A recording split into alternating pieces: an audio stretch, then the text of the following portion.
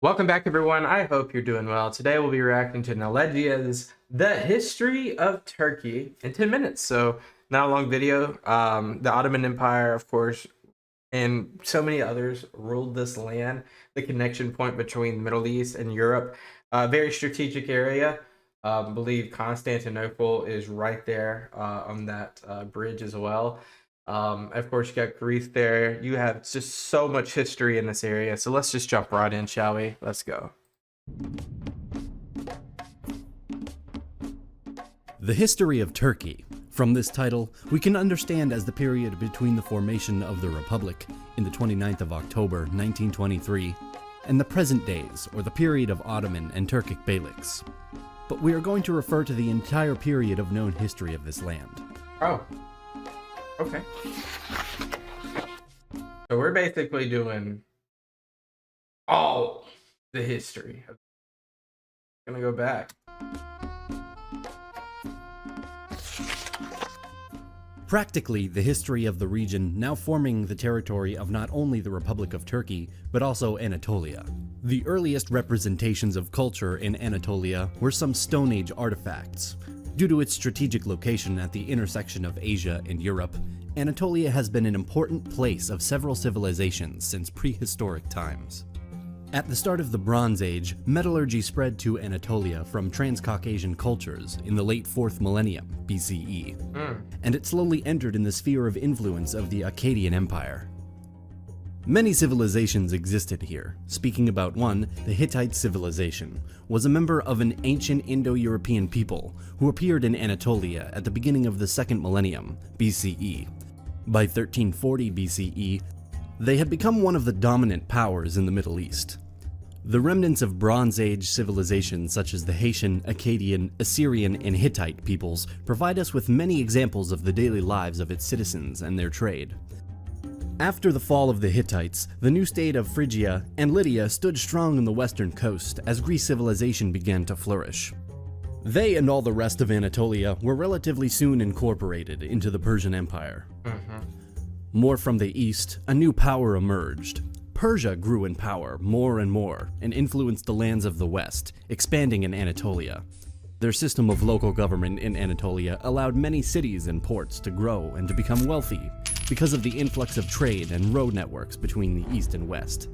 The region of Anatolia got divided into various regions, satrapies, ruled by satraps, governors, appointed by the central Persian rulers.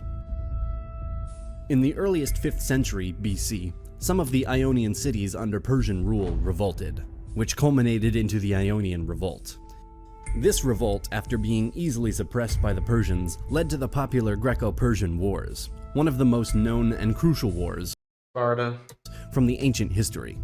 This Greco-Persian War led to more conflicts in the Greek peninsula. Fights for power and influence happened, and a revenge sentiment mixed with good leaderships led to the growth of Macedonian kingdom under Philip II and his And then Alexander.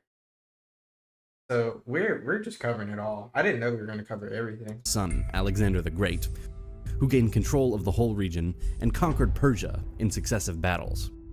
From this point, Anatolia was more and more influenced by the Hellenic world.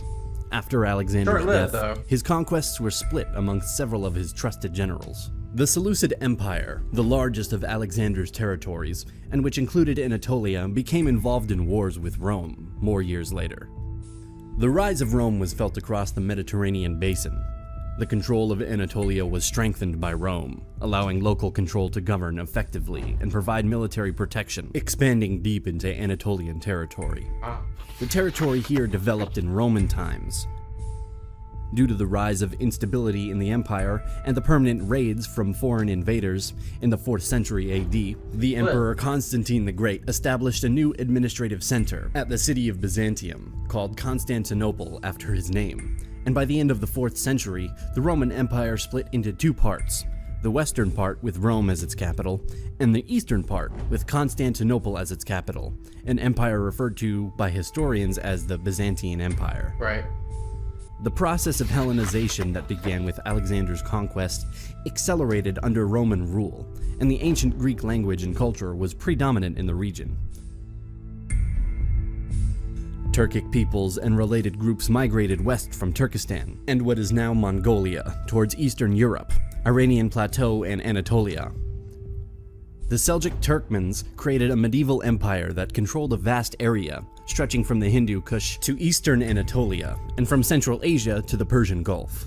Many wars, the emerging of new empires, migrations, raids, and the incompetence of some leaders created the slow process of the Byzantine decline throughout time. Their decline and the growing power of the Seljuks led to conflicts and to the famous Battle of Manzikert on I don't know about this. 26th of August, 1071, which is believed to be the open gate for the Turkic people, which will come in Anatolia in the next decades and centuries.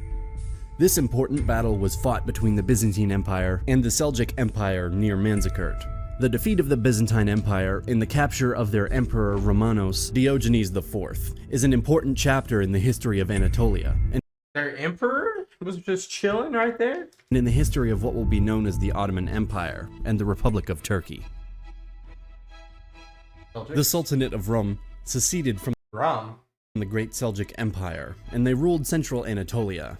As the Seljuk Sultanate of Rum started to crumble, many other smaller regions emerged, ruled by different leaders. These small kingdoms were Beyliks? called beyliks. One of them was ruled by Osman, which will be known as Osman I, the founder of the Ottoman Empire. Oh, okay. So Osman I is the founder of the Ottoman Empire. Okay, he ruled for about 24 years. It's believed that Osman's early followers consisted both of Turkish tribal groups and Byzantine renegades, but not all were Muslims. It is not known for sure how this beylik started to dominate the region, but one thing was sure: the Byzantine Empire was very vulnerable. The new empire expanded into Europe, defeating local leaders and taking profit from the instability of the region. By the year 1400, the Ottomans were a true power, having control I love that Constantinople is just like the only part that's left. of much of the Balkans and western Anatolia. The collapse of Constantinople in the year of 1453 and the end of the last vestiges of the Roman Empire consolidated their power and their notoriety for the next centuries, in which the empire will expand even further, reaching its peak in the 16th and 17th centuries. Wow. Inflations, lost battles, the defeats against the Russians and the Habsburgs, and some crisis and rebellions marked the decline of the Ottomans. The start of the 19th century was marked by national We got to do a lot of videos on the Ottoman Empire, bro. Like, it just pains me not to know. I mean, 1299? It's like an 800-year regime, the Ottoman Empire, which then just gets translated to Turkey, right? movements. Many people from different ethnicities lived in different empires or administrative forms, and rebellions started to happen. The Serbian Revolution, 1804 to 1815, marked the beginning of an era of national awakening. Also, even some Arabs, led by the Al-Saud family, revolted against the Ottomans. In 1821, the Greeks declared war on the Sultan, achieving independence. In 1830, the French invaded Algeria, which was lost to the empire. In 1831, Muhammad Ali revolted and Muhammad Ali, the original? Interesting. created a civil war with the aim of making himself sultan. As we can see, the Ottoman experienced huge instability, marked by defeats, bad administration, revolts, and national movements across the empire, due to its overextensions on lands with different peoples and cultures. The empire continued in the next years of the 19th century to lose wars and territories, and to fail in the creating of new A lot of reforms. territory loss. The collapse of the empire is a more detailed subject, but if you want to know more about that, we already made a more detailed video about their collapse. I watched that one. At the start of the First World War, the Ottoman Empire was at its final days. Joining the Central Powers in the conflict after their defeat, the empire crumbled. So we got a DMZ, which is a demilitarized zone. You got Greece, Italian zone of influence, French zone of, I guess that's just allies. Those are just allies that have dropped in right there. Armenia. And many of their territories were conceded in favor of Greece, Italy, Britain, and What? France. This loss created the start of the Turkish national movement, which will be known as the Turkish War of Independence, led by Mustafa Kemal. So what's the difference between Turkey and the Ottoman Empire? By September 18th, 1922, the occupying armies were expelled. On November 1st, the newly founded parliament formally abolished the Sultanate thus ending 623 years of Ottoman rule. The Treaty of Lausanne of July 24, 1923, led to the international recognition of the sovereignty of the newly formed Republic of Turkey as the successor state of the Ottoman Empire, and the Republic was officially proclaimed on October 29, 1923, in the new capital of Ankara. Mustafa Kemal became the Republic's first president of Turkey, and subsequently introduced many radical... What's his name? October 29, 1923, in the new capital of Ankara. Mustafa Kemal became the Republic's first president of Turkey, and subsequently introduced many radical reforms. More rights for women were established, a new writing system in the Latin alphabet for the Turkish language was created, and many others. Turkey was neutral in World War II, and they refused German requests to allow troops access to its borders into Syria or the USSR. Due to the growing tensions of the Cold War, the US guaranteed the security of Turkey and Greece. Turkey joined NATO in 1952, an important member, especially due to its geographic position at the border with USSR. On the island of Cyprus, instability and conflict started to exist, and a military coup of July 1974, overthrowing President Makarios and installing Nico Samson as a dictator. Turkey invaded the Cyprus in 1974. Yeah, because I know like Turkey's not Turkey, but Cyprus is like cut in half right here. Later, the Turkish Republic of Northern Cyprus was established, but just Turkey recognizes it. The single-party period was followed by multi-party democracy after 1945. The Turkish democracy was interrupted by internal problems and by military coups in 1960, 1971, and 1980. Wow. Since the liberalization of the Turkish economy during the 1980s, the country has enjoyed stronger economic growth and greater political stability. Also, a boom in population happened in this country, growing from 17 million people in the 1930s to over 80 million today.